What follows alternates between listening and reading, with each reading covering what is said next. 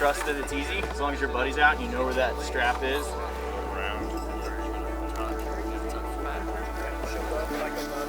I always enjoy getting the opportunity to come back to the Outtasight Clinic every year to bring in new veterans and bring them back to the place where I actually started kayaking myself, and hope to give back to them a little bit of what the program has given to me.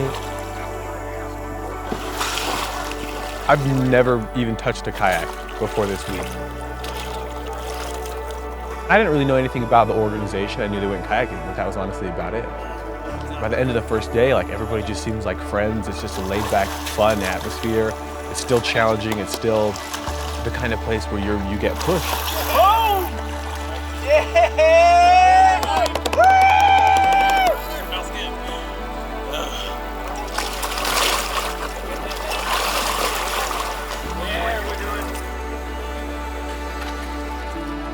After I ran the Grand Canyon for the first time, very, very humbling to me how many of these other blind veterans contacted me saying, "Do you think I can do that too?" And I was sitting there in my mind thinking, I know you can do that. It's so cool to be a part of this and to watch the growth of all the different participants from when they first sat in a kayak for the first time, the apprehension to where they're running whitewater for the first time.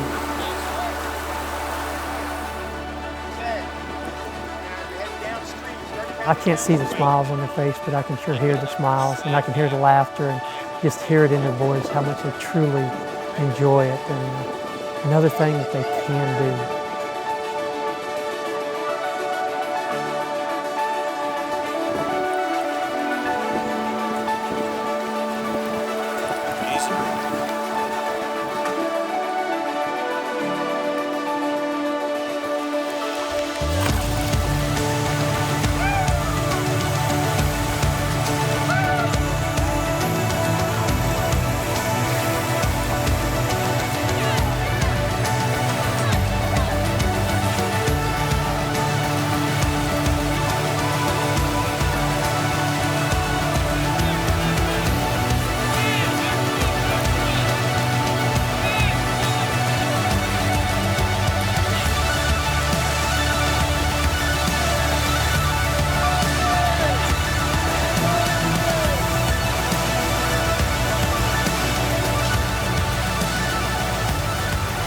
Early on, I remember hearing that first, just the sound of that water coming, and just having this feeling in my gut, just nerves.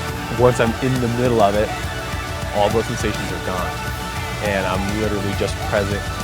Get at the bottom and kind of look back and hear all that water coming down, and you kind of feel on top of the world, like I just did something kind of remarkable.